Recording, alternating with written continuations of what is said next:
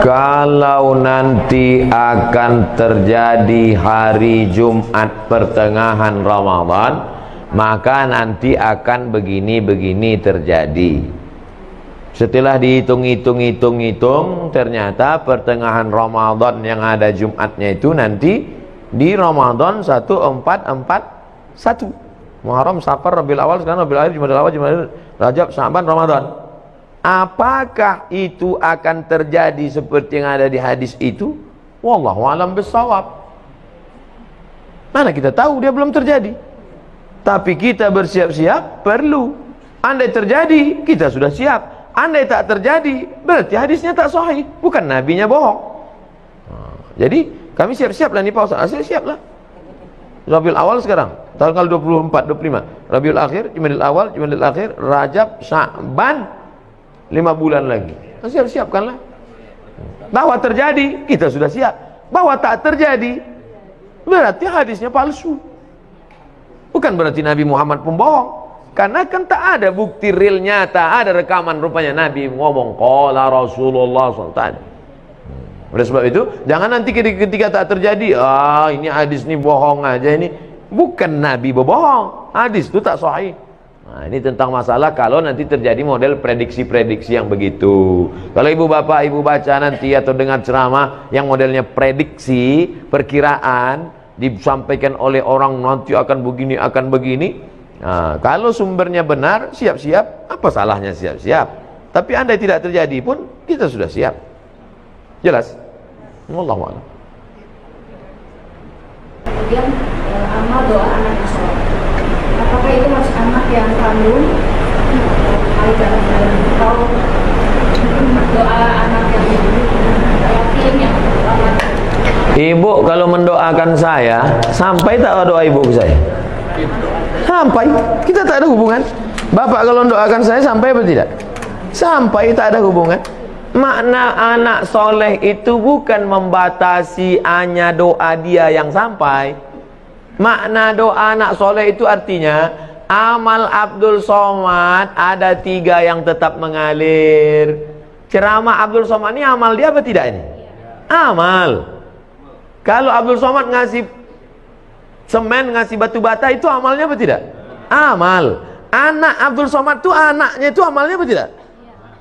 Kalau anak itu bukan amal saya tengok aja bini saya, mungkin lahir anak saya itu. Nah, begitu kasarnya, mohon maaf, beri maaf.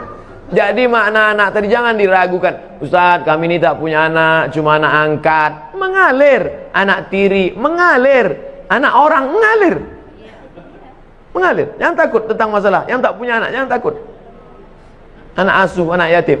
Makna hadis itu mengatakan anak soleh artinya amal kita nih putus, tapi ada 3 amal kita. Sedekah itu amal kita, anak itu pun amal kita, dan ilmu yang kita ajarkan itu pun amal kita. Bisa dipahami? Bisa. Insyaallah. Wallahu a'lam.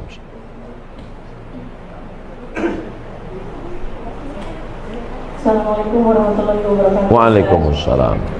Saya mau menanyakan amalan mana kira-kira yang diterima seorang tua yang punya anak kandung tetapi dia kurang taat beribadahnya, atau dia mengangkat anak bukan anaknya sendiri tetapi anak-anak itu sangat soleh dan sering mendoakan orang tuanya. Jadi amalan mana yang lebih cepat diterima oleh Allah? Itu yang pertama. Dan yang kedua, saya mohon supaya Ustadz dan jamaah yang ada di sini nanti tolong mendoakan untuk kesembuhan ibu saya.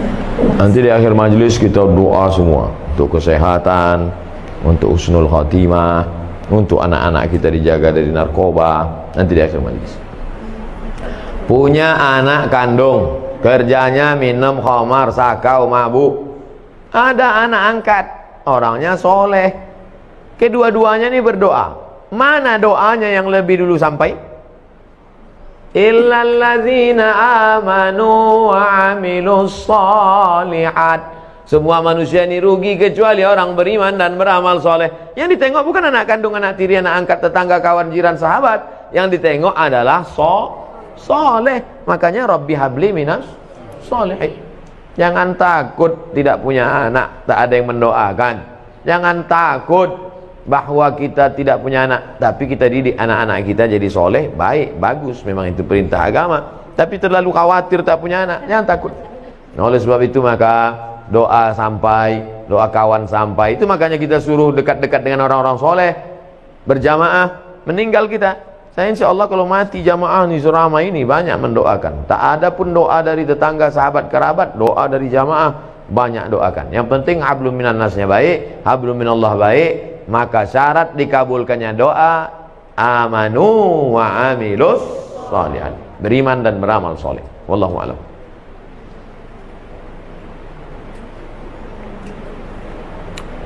Masih ada pertanyaan lain? Assalamualaikum Pak Ustaz. Waalaikumsalam. Tanya Pak Ustaz, kalau misalnya kita kan nabung di bank konvensional, itu kan ada bunga, berbunga. Nah bunganya itu kan boleh nggak gitu diamalkan ke mana gitu? Nah, itu hukumnya gimana tuh Pak Ustaz? Juga yang menerimanya bagaimana gitu? Bapak Ibu yang ada tabungan di bank konvensional, besok waalaikumsalam warahmatullahi wabarakatuh. Bapak Ibu yang ada tabungan di bank konvensional, kalau betul Bapak Ibu mendengar pengajian saya ini, besok pagi alihkan ke bank syariah. Siap? Saya ulang sekali lagi. Bapak Ibu yang di bank konvensional, besok pagi alihkan ke bank syariah. Siap? Banyak anda dalam hati. Siap. Saya gaji ditransfer ke BRI Syariah. Walaupun BRI Syariah menolak saya ceramah, tak apa-apa. Tetap di mana saya, tabunglah ke BRI Syariah. Saya di BRI Syariah. Anda tabunglah ke BRI Syariah. Walaupun BRI Syariah menolak saya ceramah, tak apa-apa. Saya tahu kalian takut ngundang kan? Tak apa-apa. BNI Syariah, Ustaz Somad, kami buatkan Ustaz kartu, menabunglah ke BNI Syariah. Walaupun BNI Syariah tak berani juga ngundang, tak apa-apa. BSM, Bank Syariah Mandiri, kasih saya kartu, pakai kartu, datang dia ke kampus tempat saya, nih kami buatkan Ustaz kartu Bank Syariah Mandiri. 3 BRI Syariah, Bank Syariah Mandiri, BNI Syariah. Bang Muamalat belum datang lagi. Alihkan ke bank syariah, karena kalau bukan kita yang menghidupkan perekonomian syariah ini, siapa lagi? Di Malaysia saya diundang ke bank rakyat. Saya tengok bank rakyat, wah, ini konvensional ini. Sampai hati orang ini ngundang saya, neraka jahanam ini. Pas sampai di situ, belum saya tanya, direkturnya udah ngomong, Ustaz Somad, ini bank konvensional katanya. Dalam hati saya, hancur dunia persilatan. Tapi sudah berubah jadi Islamic Bank. 5.000 pegawainya. Berubah dari konvensional, berhasil 100% murni jadi Islamic Bank, bank syariah. Pergi ke Kuala Lumpur, hebat. Maka besok 2 yang menyebabkan sulit merubah bank konvensional jadi syariah. Pertama, political will, politik. Yang kedua, iklan ke masyarakat kurang. Saya di mana-mana terus saya sampaikan. Oke, sekarang kita cerita tentang Bapak punya tabungan di masa lalu dan sekarang bunganya ada. Mau dikemanakan bunganya ini? Bolehkah bunga yang punya Bapak 100 juta ini, kita taruhlah 100 juta ini sekarang ada bunganya, bukan tabungannya, bunganya. Kemana bunga ini? Kata Syekh Yusuf Al-Qardawi, nama kitabnya Fatawa Mu'asirah, sudah dicetak oleh Gema Insani Press Jakarta. Judulnya Fatwa-Fatwa Kontemporer Yusuf Qardawi. Diserahkan ke lembaga yang dinikmati orang banyak, masalih ammah. Masjid, panti jompo, panti yatim, sekolah Islamic boarding school, serahkan. Bapak yang ada tabungan-tabung di bank konvensional, duit hasilnya itu riba, jangan kasih ke anak, jangan kasih makan ke rumah, serahkan ke lembaga yang dinikmati orang banyak. Ini jangan Ustaz Somad ini ceramah gini, nanti ujung-ujungnya kemana Pak Ustaz? Ke saya. Saya sampai sekarang tak pernah kepentingan pribadi saya, serahkan ke lembaga-lembaga yang banyak dinikmati orang banyak. Wallahu a'lam. Ustaz, Assalamualaikum warahmatullahi wabarakatuh. Waalaikumsalam. Masalah bank syariah yang saya tahu di Indonesia, bank syariah itu patokannya masih Bank Indonesia, masih konvensional. Karena saya pernah punya pengalaman pribadi di kantor, mau nutupin kredit yang lebih cepat, itu tetap kena denda, Ustaz. Nah ini jadi seperti apa ya, Ustaz? Seluruh bank di Indonesia menginduk kepada BI. Tidak ada yang di luar BI. Tidak sama macam di Saudi Arabia atau Dubai Islamic Bank, atau di Mesir Faisal Islamic Bank, cabang dari Faisal Islamic Bank Saudi Arabia sendiri. Semuanya tetap menginduk ke BI. Yang menetapkan suku bunga BI. Makanya selalu saya katakan ini proses menuju pure syariah. Dan siapa yang menolong menuju prosesnya ini? Kita. Sekarang pertumbuhan Islamic Bank syariah di Indonesia baru 7%. Yang 93 konvensional. Padahal umat muslim terbesar di dunia Indonesia. Menunjukkan kita Islam ritual oke, Islam haji umroh mantap. Tapi kalau sudah menyebut ekonomi, maka kita support menuju syariah. Bahwa Abdul Somad mati nanti belum juga terwujud, paling tidak kita pernah berkontribusi menuju. Jadi kalau bapak menabung bank syariah, bapak barulah dia kuat. Setelah kuat, barulah dia bisa independen, murni sendiri. Makanya pemerintah mengeluarkan aturan, bank konvensional boleh membuka divisi syariah selama 16 tahun. Setelah 16 tahun kalau dia berhasil, maka dia berdiri sendiri, nanti akan memecah diri, memisahkan diri dia berdiri sendiri. Tapi tetap menginduk. Nanti tetap sampai pada puncaknya. Sekarang beberapa bank daerah Nusa Tenggara Barat, BPD-nya, Bank Pembangunan Daerah, sudah jadi bank syariah. Aceh jadi bank Aceh, Riau insya Allah tak lama lagi, Sumatera Barat Bank Nagari itu akan jadi bank syariah. Setelah nanti ini banyak bank syariah ini bergabung besar, mungkin bukan zaman kita, zaman anak kita, zaman cucu kita, barulah maka kita. Tapi kita nanti ikut ditanya Allah Ta'ala, apa kontribusimu menegakkan bank syariah Indonesia? Aku ikut berkontribusi karena meletakkan uangku di bank syariah. Jadi kalau dikatakan mana itu yang pure murni original syariah, belum menuju syariah. Mudah-mudahan kita termasuk orang yang ikut berkontribusi dan mensupport program ini. Amin ya rabbal alamin.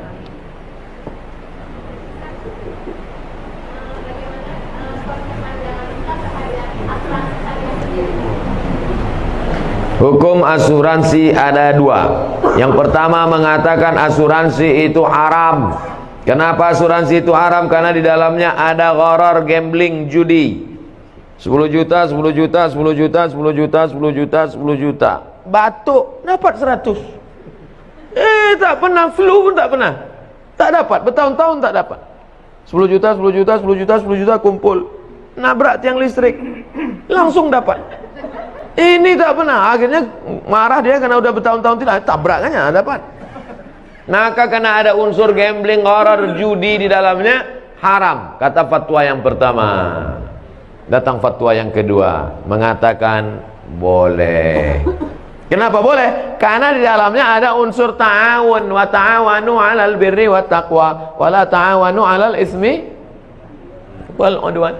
Jadi fatwa ulama tentang asuransi ini dua, yang satu mengatakan haram, yang satu mengatakan boleh. Saya sampaikan dua-duanya dalam satu majelis. Kapan muncul masalah? Ketika dalam satu majelis saya sampaikan satu. Nah itulah yang ada video Pak Profesor Dr. Ma'ruf Amin mengharamkan BPJS, tiba-tiba membolehkan. Dua-dua itu fatwa ulama. Cuman bedanya waktu belum jadi wapres disampaikannya satu, setelah disampaikannya dua. Lalu kata orang, wah ini fatwanya kok berubah? Tidak, fatwa itu dua-dua ada. Buka dalam kitab Fatawa Mu'asirah, fatwa-fatwa kontemporer Syekh Ali Jum'ah Mufti Mesir. Tolong jangan upload sepotong-sepotong. Bahwa memang ada dua fatwa. Jadi kalau ada di antara bapak ibu yang memilih asuransi, perbuatannya itu betul atau tak betul? Betul, dia pilih fatwa kedua. Kalau ada di antara bapak ibu, aku sampai mati tak mau asuransi, perbuatannya itu betul apa tak betul? Betul juga, karena dia pilih fatwa yang pertama. Kok bisa ulama ini buat dua pendapat? Karena Nabi tidak ada menyebut dulu asuransi. Asuransi itu muncul belakangan dan ulama berijtihad. Rambut sama hitam isinya macam-macam. Ijtihadnya begini, ijtihadnya begini. Ustaz sendiri, saya tidak pakai asuransi kendaraan sampai sekarang. Terus Ustaz selamat terus, bolak-balik tabrakan. Mana berat yang listrik, sedang nyetir ditabrak orang dari belakang. Bahwa dia datang, musibah namanya. Oleh sebab itu maka amalkan sesuai keyakinan. Jadi kalau ada orang mengatakan, ngapain kau pakai asuransi? Sholat rajin, pengajian rajin, pakai asuransi. Fatwa kedua, bray. Wallahu a'lam.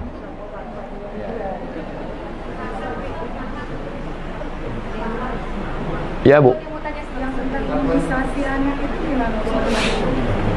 Sampai sekarang tidak ada keluar dari Majelis Ulama Indonesia yang mengatakan bahwa materi benda yang disuntikkan itu halal. Tak ada. Ini kan ada fatwa halal. Ada tak halalnya nih? Oke, oke, halal. Halal. Halal ini isinya halal. Sedangkan itu, suntik itu tidak ada yang mengeluarkan fatwa isinya itu halal. Tak ada. Yang ada fatwa boleh memakainya karena darurat. Bukan isinya. Boleh memakainya. Bedakan antara fatwa isi dengan fatwa memakai. Sekarang saya masuk ke hutan. Sampai di hutan tak ada makanan, yang ada cuman babi. Lalu saya telepon, Assalamualaikum Ustaz. Waalaikumsalam. Ini ada babi nih Ustaz, boleh tak saya makan? Kata Ustaz itu, ada kau makanan yang lain? Tak ada. Jadi pilihannya cuman dua aja Ustaz, mati sama babi. Makanlah babi itu. Apakah babi itu halal? Tidak. Sampai mati babi tak halal. Tapi memakan babi saat itu boleh karena darurat. Karena kalau tak dimakan mati sampai dapat pisang. Kalau udah dapat pisangnya kau makan babi lagi. Assalamualaikum Ustaz. Enak rupanya babi ini Ustaz. Jangan. Dari cerita ilustrasi tadi, paham Bapak Ibu kan? Itu enaknya kita ceramah sama orang cerdas nih.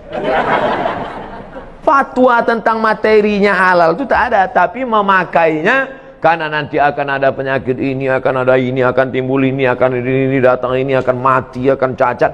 Maka kata ulama, daripada nanti anakmu sakit, aku pakai aja lah, tak apa-apa. Sementara nanti dapat mungkin akan maju teknologi ini, nanti ada umat Islam yang bisa membuat materi yang halal. Jelas? Allahu a'lam. Amin.